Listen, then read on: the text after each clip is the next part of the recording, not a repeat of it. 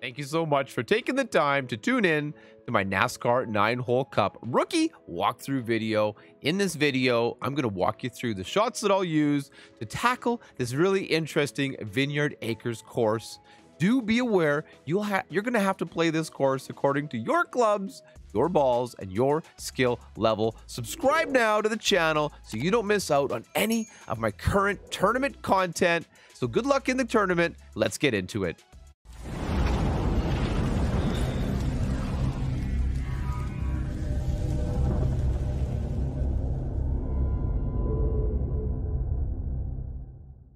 All right, so hole number one, let's start off with the conservative play. Bring your extra mile. I think a quasar here for its right spin is important. Max top, max right, and we set this one up with the kind of red ring, cutting the rough on all sides in that little fairway nook, if you wanna say. I adjust the shot here at 20% maximum distance, as you can see on the right-hand side of the screen there. And really and simply, this one plays so nicely in a left to right wind. If we have a right to left wind, we might actually need to use a little bit of curl here. So just take careful attention to the conditions that we're playing with. These adjustments are going to have to be adapted to the tournament wind conditions. Always keep that in mind, but this is absolutely a way to play it. And you see here now, we're left with a maximum distance wedge shot. So this one here is absolutely a really good opportunity. Now, I have there on the right-hand side the shot 10% max with the end bringer. That's what I'd play with that club with a different method. However, if you're using a skewer or some other such wedge, as you can see, I did use in the app there the negative 10% uphill at maximum distance, and we're able to get this one in. That's really the outcome at the end of the day, is you have to play these shots. So the way you like to play them, I wish you the best of luck. Let's start with the boom. Let's go. Hole number one, we're going to go aggressive on the next shot. All right, so hole number one with a little bit more aggressive style. This one here, you're bringing the same extra mile and a quasar ball. And the thing with this one is, instead of us lining it up, we're going to bomb it down the center of the fairway. This one here, I did just kind of eye it up with that low 2.8 wind. You can still stick with the same 20% max and then push it up kind of deal. But this one here, you're going to have a really wind dependent situation. If you've got the wind for it, go for it. Max OP, max right curl. Take note with the extra mile level 5, that curl isn't a ton. So if you do have a higher level club, we could definitely stand to have a bit more right curl here, but too much could get you in trouble as well. So take note of that. Now for this wedge shot, I have the 0% mid play here because it's really so close to the green with this tailwind. And depending on your wedge play style, there's more than one way to get this shot done. But ultimately there, you can see how I kind of stretched it out, figured it out. We're going to adjust about 0.8 rings here. And this one, I think, is going to be a really, really makeable drop for pretty much everybody, getting ourselves into this kind of position. So just to be aware that hole number one is, one of those par fours that you do want to try your very, very best to take advantage of. Going to help you get off to a good start. We do want to get those booms. So good luck. Let's go check out hole number two. All right, so hole number two, this one's a par 3. And I mean, you'll see from the example I have here for you that I was trying to set up a wood play, and ultimately I didn't have enough backspin with the level of club that I had. If I had a backspin boost ball back in the day, I mean, hey, that would have been a good idea. You see, I tried a different club combination here. So what I came up with, though, is having this power 3 ball allowed me to reach here with my Goliath club. Now, of course, if you have higher level clubs in your bag, you're going to have more options available to you. You might want to step down to a Marlin ball or like a Navigator here. Since you don't need a lot of backspin, that's absolutely going to be a really good play, but it's not going to be a play for everyone. Ultimately here, I'm giving it like about 4 or so bars of backspin. It might be a little more, a little less, depending on wind. And we're going to just bring it up and drop it in. This one's going to take some dialing in with the weekend winds. Let's go. Hole number 3. Hole number 3, and we have ourselves an excellent chance for an albatross. Come on now. Extra mile, Titan ball, max top, max right. I'm setting up here with approximately half the red ring in the rough on the right at the full maximum extension of this club. If you have enough reach with the power on your club, just cut the top ring into the top of the rough and the right. Now you see here how we're going to give this one a healthy little bit of curl. You can definitely use a little bit more depending on your club, but just play it to the conditions, play it to the wind, bounce it here at the end of the fairway peninsula, roll it on down, and you're going to see here with the yardage we find, bum, 338 yards. That's going to set us up for a second shot that is absolutely not an end bringer. It's, of course, a backbone. So that backbone there, I have estimated and calculated that I'm going to play the shot at 10% mid, 2 bars of topspin, and you see the top of the yellow ring here touching the rough, and then from there it's just a matter of lining up that ball guide to the pin. Check the numbers, always check the distance of your club to see the circumstance that you're playing in. Don't just play any notes, mine or anyone else's, blindly. Try to do your very best to analyze the circumstances and play the ball as it lies. And this one here is awful pretty when you can get that little bounce and roll. Good luck on your Alba chances, guys. I'll see you on hole number 4. Hole number 4, and this one is very straightforward, which puts a lot of pressure on you to feel like you should drop it every single time. And you know, it is a little bit interesting. It has a large body of water that you're crossing. So the adjustment that I have played here is 30% maximum adjustment, and I'm playing with the backbone. As you can see, at maximum distance, we're going to adjust about 2.3 rings. And I just think that what I really should do here in the future is not land here on the fringe, but I think that we should base our adjustment on landing on the green, if at all possible. That's something I've learned since this footage was taken, is that those consistent landing positions often lead more consistent results. So as much backspin as necessary. It's not like we missed by a lot, but that's what I'm going to work on moving into this one in the tournament. Good luck. Let's go hole number 5. Okay, so hole number 5 is one that I've always taken pretty seriously. It's been pretty tough to me.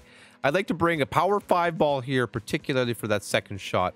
Extra mile, and we're going to go max top, max left, 10% max on the adjustment here. You see how I have that yellow ring just touching the left rough. Now, just be very, very careful. Those trees on the left-hand side and the right-hand side are absolutely in play. There is a play to skip over to the fairway on the left if you have higher level clubs, but for most rookie players, that's really going to be out of the question. Ultimately here, bring it up and down this first fairway, and that's going to set us up for a nice second shot. I'm going to tell you that I'm going to be bringing the big dog here.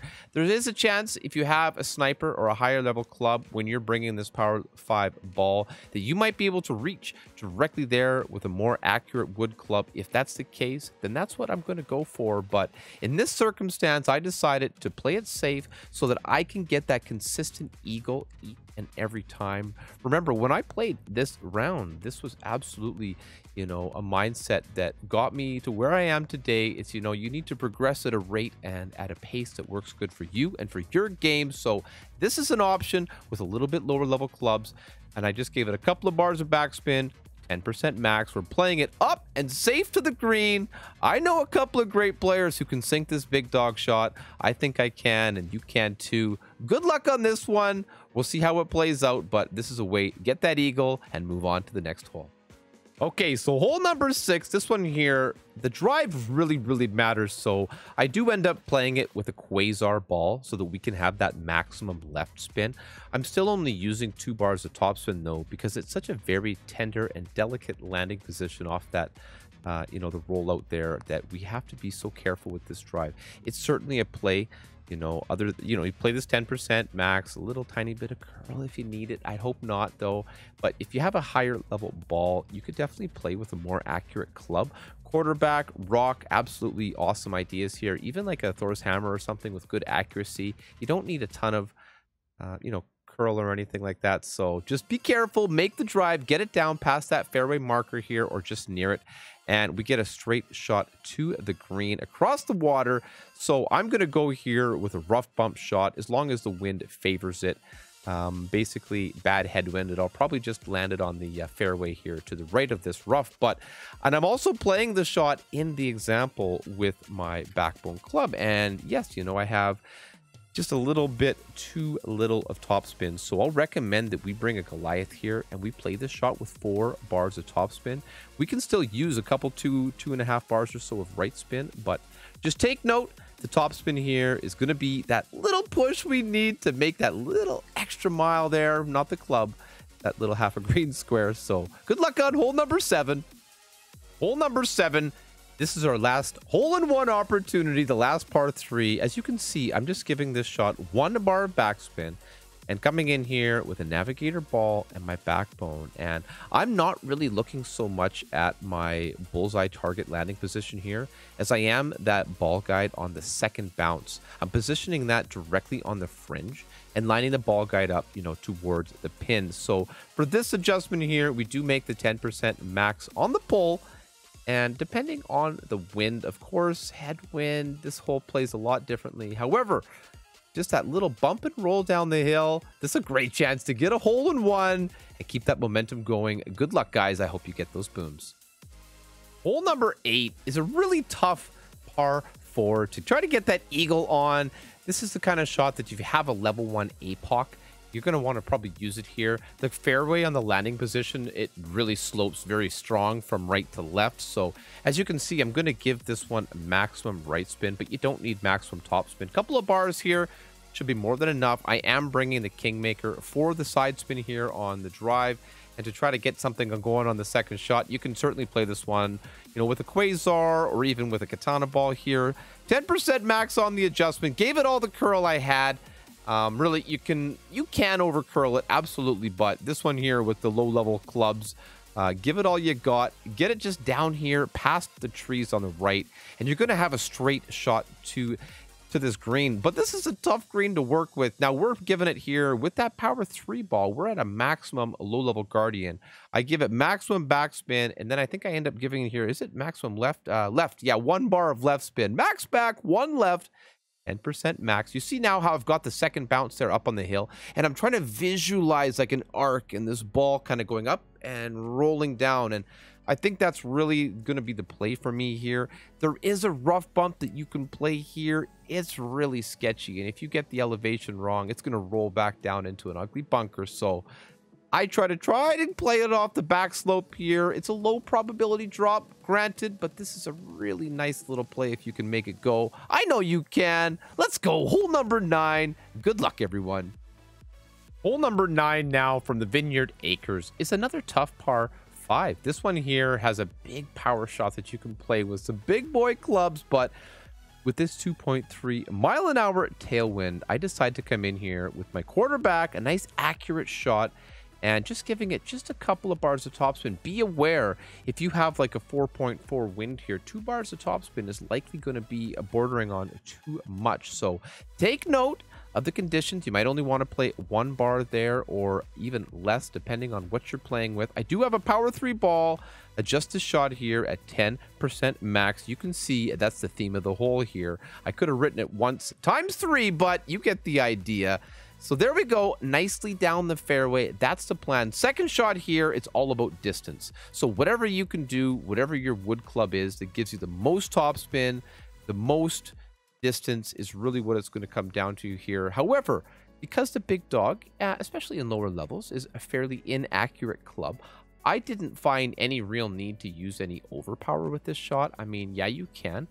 I adjusted the same 10% max as the drive, but this one here, it really works out for me that, you know, you could even push that one up a little bit. Otherwise, you know, play it safe. Just get it down this fairway past the trees on the right. And as long as you do that, you're setting yourself up for a nice short iron shot. Yeah, you know, it's possible. Get it further, but you also want to keep yourself out of the weeds and make sure you get this crucial eagle on hole number 9. I do know for a fact that many rookie players, I sure hope it's not me, but it could be, might not get eagle here. So you doing so will give you a bit of an edge. 2 bars of backspin. I played a little bit of side spin into the wind. You can do that or not, depending on your preference. And 10% maximum adjustment here for this little short iron play seemed to do the trick for me.